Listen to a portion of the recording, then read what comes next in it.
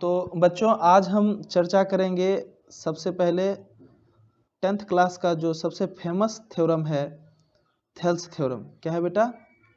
Thales theorem है और Thales theorem को ही हम लोग जानेंगे।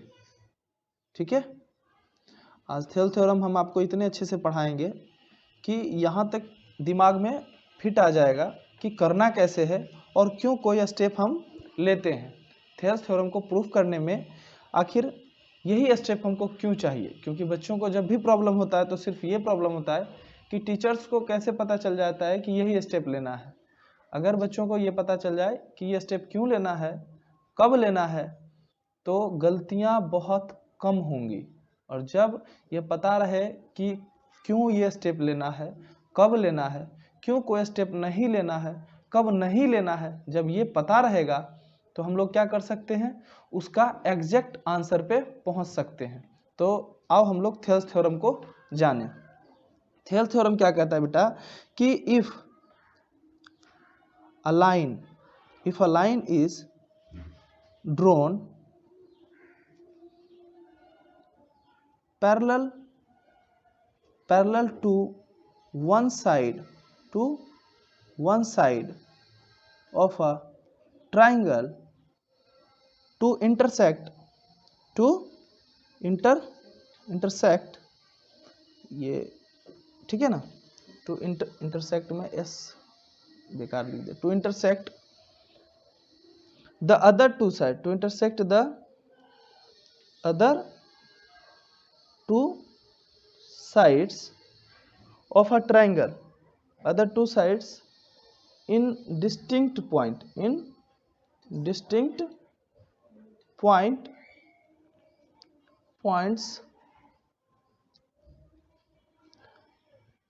the other two sides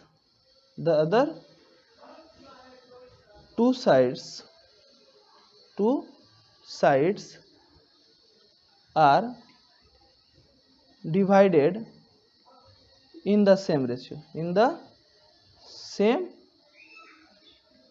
ratio, ठीक है बेटा। यहाँ थोड़ा सा मिस्टेक हो गया है, लेकिन ध्यान देना स्टेटमेंट को। थेल्स थ्योरम ये जो स्टेटमेंट है कह रहा है कि if a line is drawn parallel to one side of a triangle, किसी ट्राइंगल के एक साइड के पैरेलल खींचा गया है, to intersect the other two sides in distinct points, the other two sides are divided in the same ratio. तो वो जो पैरेलल लाइन खींचा गया है बेटा, वो एक साइड के पैरेलल जब खींचा गया तो बाकी का दो साइड बचता है ट्राइंगल का, है ना। तो वो जब पैरेलल खींचा गया तो उन दो बाकी के साइड्स को अलग अलग पॉइंट पे क्या करता है, इंटरसेक्ट करता है। तब वो दोनों साइड्स उस पॉइंट्स के द्वारा बराबर बराबर रेशियो में बांट दिए जाते हैं, ऐसा प्रूफ करना है। ठीक है, तो अगर हम स्टेटमेंट को ध्यान में रख के फिगर ड्रॉ करें तो हम ऐसे ड्रॉ करेंगे बेटा। कैसे करेंगे? मान लो कि ये एक ट्राइंगल है, ऐसे ही कि ये एक ट्राइंगल होगा और इस ट्राइंगल में बेटा तीन वर्टेक्स होंगे ए बी सी। कह रहा है कि if a line is drawn parallel to one side of a triangle, तो चलो एक ड्रॉ करते हैं। और वैसा पैरेलल लाइन होना चाहिए जो, मान लो इस लाइन के हमको पैरेलल एक ड्रॉ करना है लाइन, तो यहाँ से हम ड्रॉ करना शुरू करेंगे। तो जब ड्रॉ करेंगे तो अदर टू साइड को डिस्टिंक्ट पॉइंट पे इंटरसेक्ट कर रहा है, तो जहाँ इंटरसेक्ट कहा उसको डी कह दिए एक पॉइंट पे, दूसरे पॉइंट को हम क्या कह दिए, ई। और कहा कि ये दो अदर साइड जहाँ पे इंटरसेक्ट हुआ, इसके अलावा जो तीसरा साइड है उसके ये पैरेलल था। तो ये सारा स्टेटमेंट था थेल्स थ्योरम का। ठीक है, फिर प्रूफ ये करना है बेटा कि जो जिस पॉइंट पे ये दोनों साइड जिस पॉइंट पे इंटरसेक्ट हुआ है, वहां से दोनों साइड का जो रेशियो बनता है, दोनों टुकड़ा का जो रेशियो बनता है, दूसरे साइड के दोनों टुकड़े के रेशियो के बराबर होता है। ठीक है, तो दोनों टुकड़ा का रेशियो क्या है? जैसे बेटा एक टुकड़ा बना पॉइंट डी से ए डी और दूसरा टुकड़ा बना डी बी बना। ठीक है, फिर इस साइड में बनता है, ये हुआ ए बी वाला साइड में, और इस साइड में बनता है बेटा AC वाला साइड में बनेगा, क्या बनेगा, AE और EC, 2 टुकड़ा बना। इससे जो ये रेशियो बना AD बटे DB का, जो रेशियो बना AD बाई DB का, इधर भी बनेगा AE बाई EC का, और इस दोनों का रेशियो की वैल्यू बराबर होता है, ऐसा दिखाना है। ऐसा क्या करना है, दिखाना है। अगर फिर से हम स्टेटमेंट पर लौटें तो ये आ रहा है कि हमने कोई लाइन को किसी एक ट्रायंगल के किसी एक साइड के पैरेलल अगर ड्रॉ किया है तो वो लाइन बाकी के 2 साइड को जिस बिंदु पे कट करेगा, इंटरसेक्ट करेगा, उस पॉइंट से बराबर रेशियो में दोनों साइड्स को बांटता है। ठीक है, ये स्टेटमेंट रहा। तो थ्योरम में सबसे पहले होता है जो हमारे पास दिया गया है उन सब चीज़ों को दिखाएंगे। तो क्या कहा था कि एक ट्रायंगल है, क्या है, एक ट्रायंगल। तो हम लिखते हैं कि ABC is a triangle, given ABC is a triangle, ठीक है, in which DE is parallel to BC, such that इस तरह से कि line segment DE intersect side AB and AC at D and E respectively,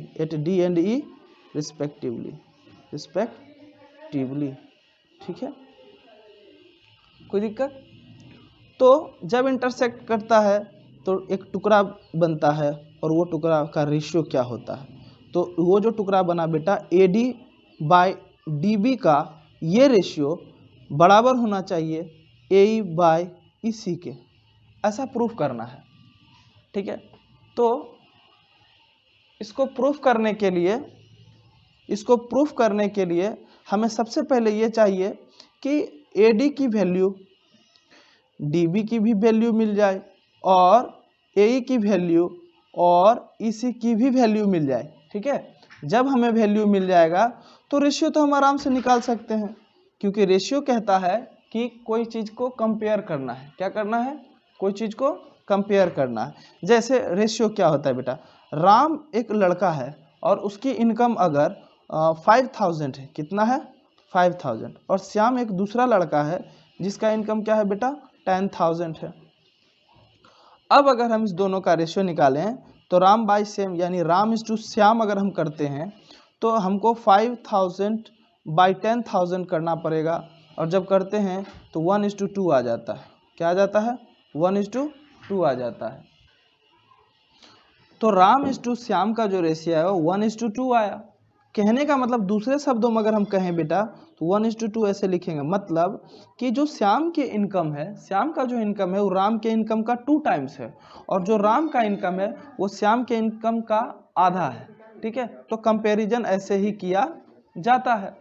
तो सवाल है कि कंपेयर तो हम करेंगे, रेशियो भी निकालेंगे, लेकिन वैल्यू पता हो तब तो वैल्यू तो पता था यहाँ राम और श्याम का, लेकिन यहाँ पे AD की वैल्यू नहीं पता है, DB की वैल्यू नहीं पता है, AE की भी वैल्यू नहीं पता है, और EC की भी वैल्यू नहीं पता है। सबका वैल्यू हम निकाल लेंगे, निकालने के बाद ऐसे करके वैल्यू को वैल्यू से रख के कंपेयर कर लेंगे। तो हम देखेंगे कि AD बाई DB का क्या रेशियो आ रहा है, फिर ये देखेंगे AE बाई EC की क्या रेशियो आ रहा है ना, वो दोनों बराबर होगा।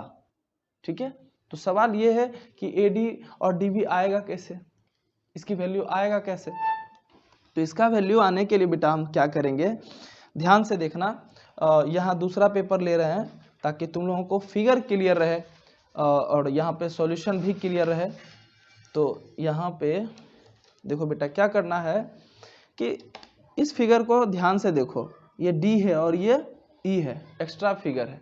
ठीक है, तो सबसे पहले हमको AD का वैल्यू चाहिए। AD तो कोई मेजरमेंट में नहीं है, कोई मेजरमेंट है कि AB का 5 सेंटीमीटर, 10 सेंटीमीटर या 50, ऐसा कुछ कोई वैल्यू नहीं है।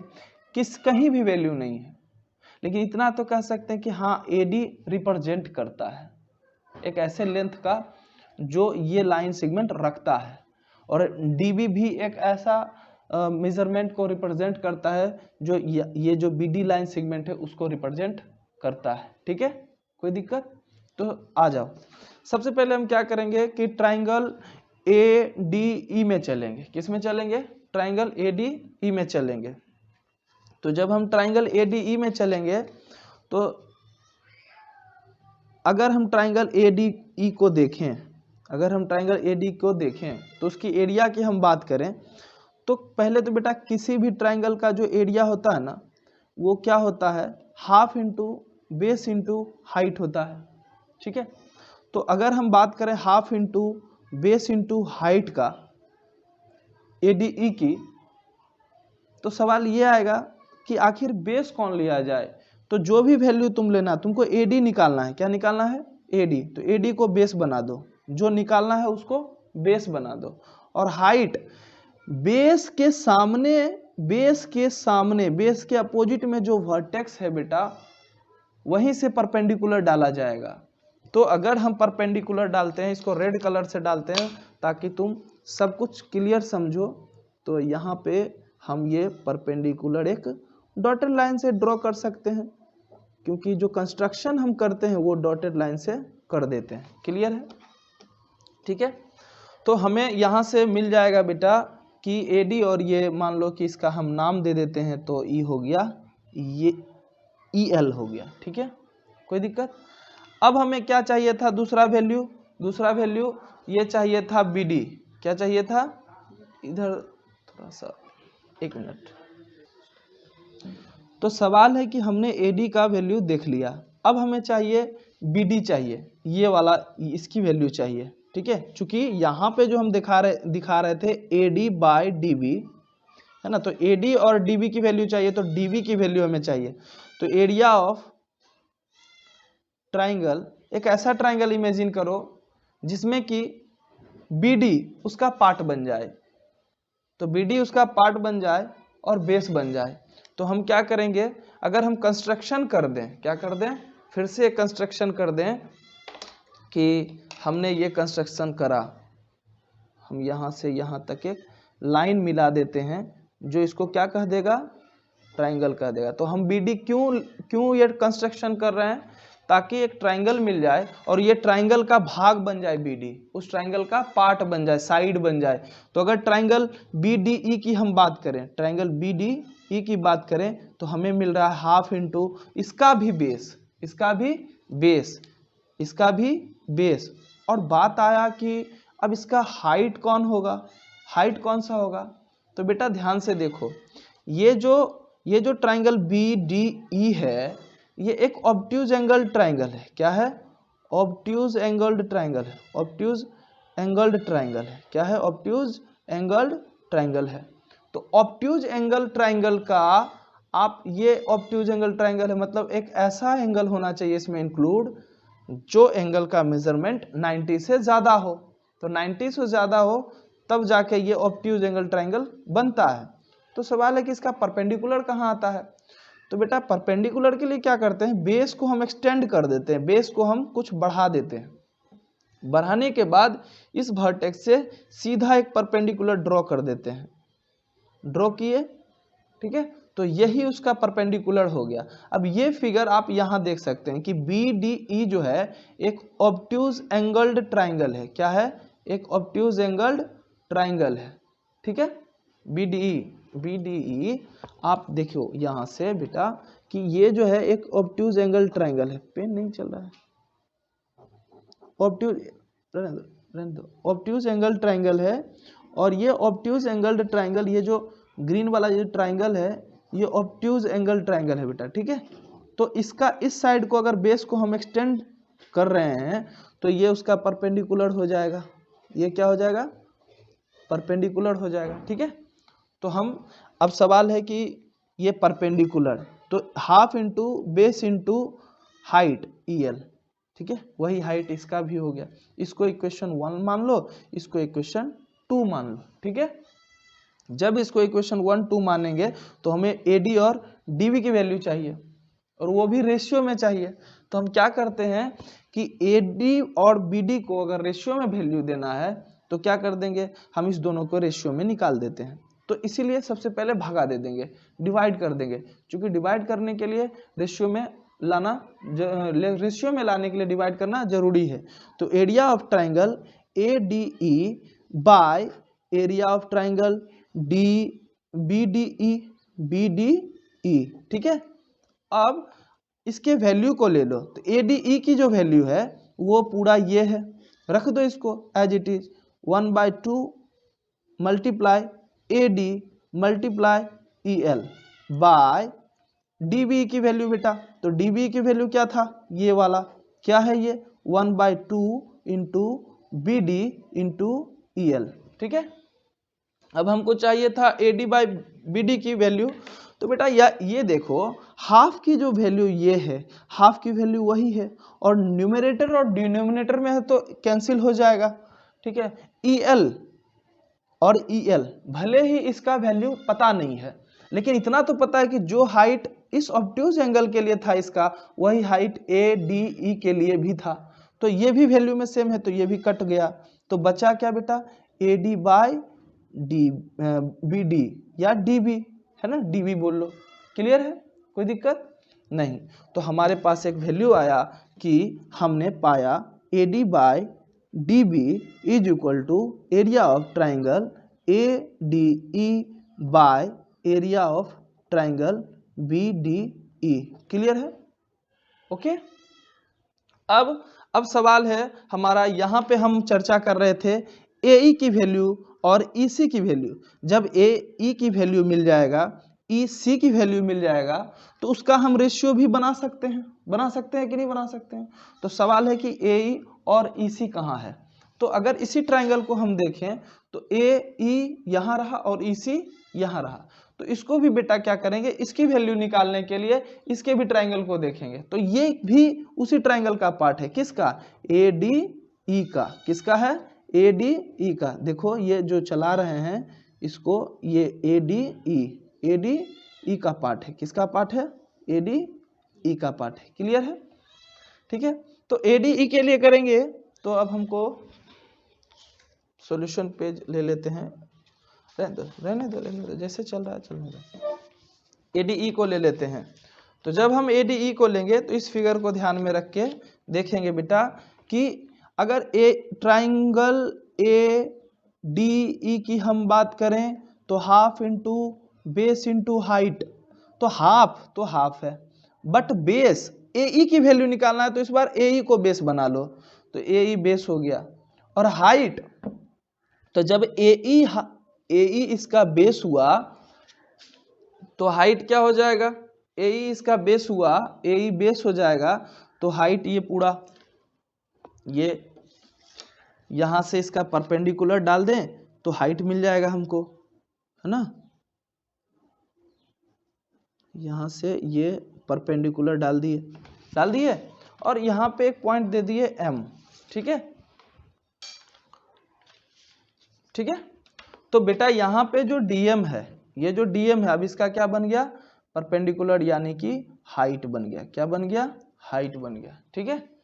तो जब हाइट बन गया तो अब हम इसको इक्वेशन 3 कह सकते हैं, ठीक है। और फिर चाहिए, अब हमको चाहिए तीसरा चीज ये चाहिए था कि ये वाला EC कहाँ से आएगा, क्या आएगा, EC कहाँ से आएगा।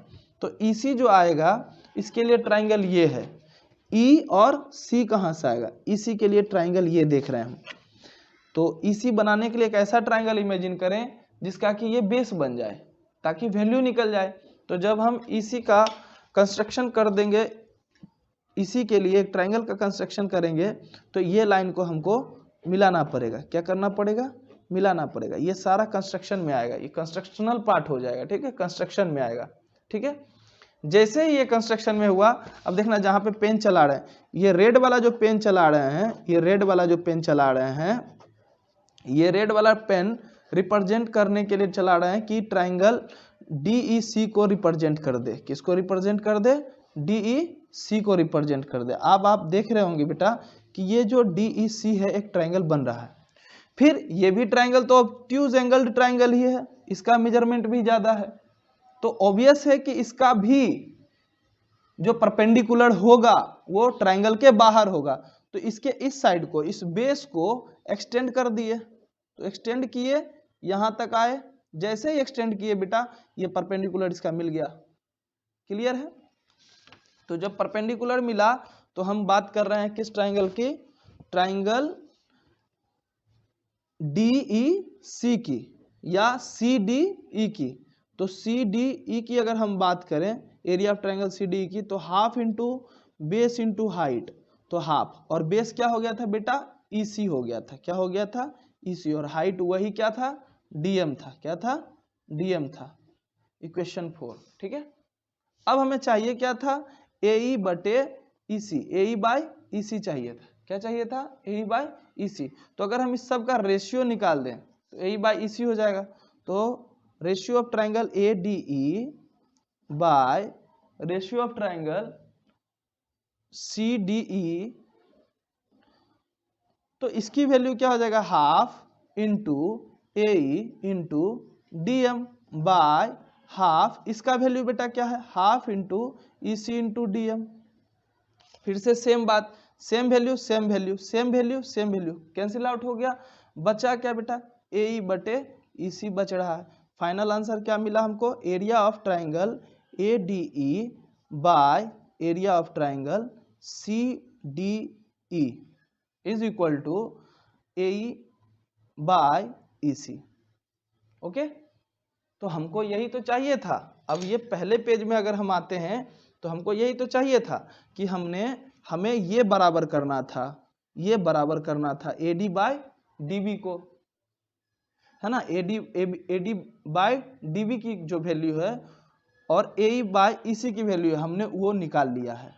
AE बाय EC की वैल्यू निकाला यहाँ से, और यहाँ निकाला था हमने AD और DB की वैल्यू।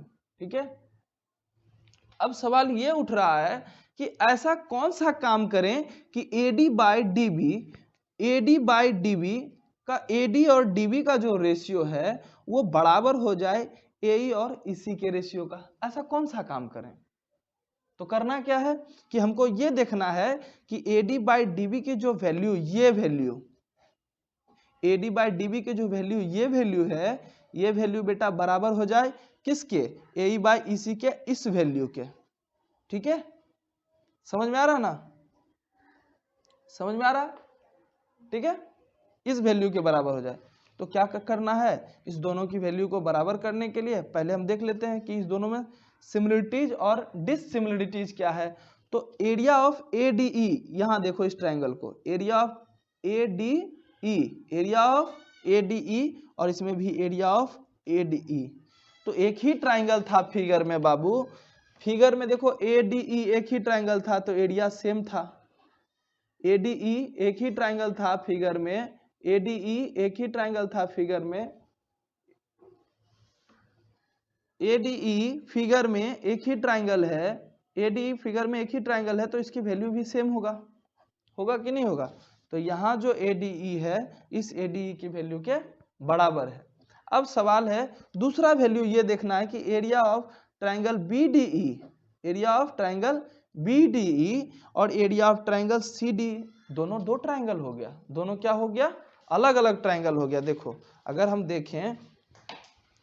देखें तो ट्रायंगल यहाँ पे BDE ट्रायंगल और CDE ट्रायंगल, दोनों दो ट्रायंगल हो गया। लेकिन अगर इसकी वैल्यू बराबर हो जाए तो हमारा जो प्रूफ करना है उसकी वैल्यू बराबर हो जाएगा। AD बाय DB की वैल्यू AE बाय EC की वैल्यू के बराबर हो जाएगा। तो आखिर ये बराबर क्यों नहीं हो रहा है? क्योंकि ट्रायंगल BDE ट्रायंगल CDE एक नहीं है। तो कैसे देखें? अब सवाल है कि ये जो एरिया ऑफ ट्रायंगल BDE है वो क्या बराबर है एरिया ऑफ ट्रायंगल CDE के?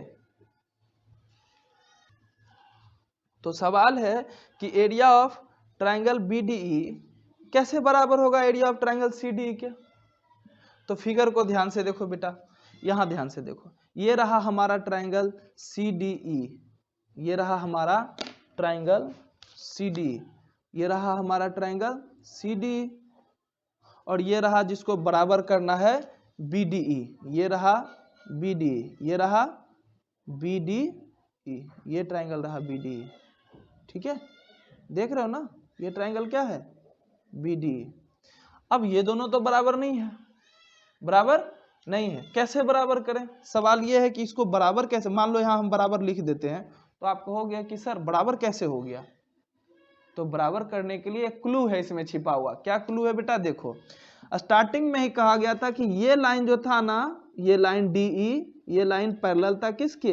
बेस के। किसके? जो कि पहले ही क्वेश्चन में बता दिया गया था, जो स्टेटमेंट में बता दिया गया था। ठीक है, तो बेस है, पैरेलल है। अब देखो ध्यान से, अगर इस ट्राइंगल की बात हम करते हैं CDE का, तो CDE का एक साइड DE है। ठीक है, ट्राइंगल CDE का एक साइड क्या है? DE है ना, एक साइड क्या है? DE है। और BDE का भी एक साइड वही DE है, एक साइड वही DE है। तो हम कह सकते हैं कि BDE का ये साइड DE और CDE का ये साइड DE एक ही लाइन पे बना हुआ है, एक ही बेस है। दोनों का बेस क्या है? एक ही है। दोनों का बेस क्या है? कॉमन है।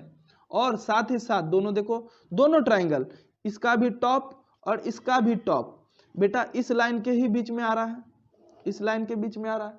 तो यानी सेम पैरेलल लाइंस के बीच में, सेम पैरेलल लाइन के बीच में जब दो ट्राइंगल बनते हो और दोनों का बेस एक ही हो, दोनों का बेस एक ही हो, तो ऐसे दोनों ट्राइंगल एरिया में बराबर होते हैं। ऐसे दोनों ट्राइंगल क्या होते हैं? एरिया में बराबर होते हैं। तो कहने का मतलब है कि हम किस रीजन से, अब तुम हमसे पूछा कि सर ये इसके बराबर कैसे हो गया, तो हम यहाँ पे लिख रहे हैं बेटा, क्या लिख रहे हैं कि triangle BDE and triangle CDE are on the same base, on the same base and between the same parallel, ठीक है, पैरेलल लाइन। कौन सा सेम पैरेलल लाइन है? दोनों के लिए पैरेलल लाइन DE है BC के। कोई दिक्कत? तो हम कह सकते हैं बेटा, ऐसा कंडीशन को हम एकदम स्ट्रांगली कहेंगे कि हाँ ये पॉसिबल है कि एरिया ऑफ ट्राइंगल BDE जो है वो बराबर है एरिया ऑफ ट्राइंगल CDE का। कोई दिक्कत? हमारे पास प्रॉब्लम यही आ रहा था कि आखिर में जो हमें प्रूव करना था, हमें ये प्रूव करना था कि AD बाय DB बराबर है AE बाय EC के। तो हमने AD और DB की वैल्यू निकाल रखा था, हमने AE और EC की भी वैल्यू निकाल रखा था, और ये दोनों की वैल्यू हमको बराबर करना था। क्या करना था? इस दोनों की वैल्यू को बराबर करना था। AD बटे DB की वैल्यू को AE बटे EC के बराबर करना था। तो वैल्यू बराबर करने के लिए बाधा ये आ रहा था कि ट्राइंगल BDE जो है वो बराबर है ट्राइंगल CDE के। यही बाधा आ रहा था कि कैसे बराबर करें, तो वो हम बराबर कर दिए। अब हम कह सकते हैं कि देखो बेटा, ADE इसमें भी, ADE इसमें भी वही एरिया लेके बैठा हुआ है, BDE इसमें भी और CDE इसमें भी, इस दोनों का भी एरिया क्या है? बराबर है। यानी इस पूरे की वैल्यू, इस पूरे की वैल्यू, इस पूरे की वैल्यू, इस पूरे की वैल्यू के बराबर है। ठीक है, इस पूरे की वैल्यू इस पूरे की वैल्यू के बराबर है।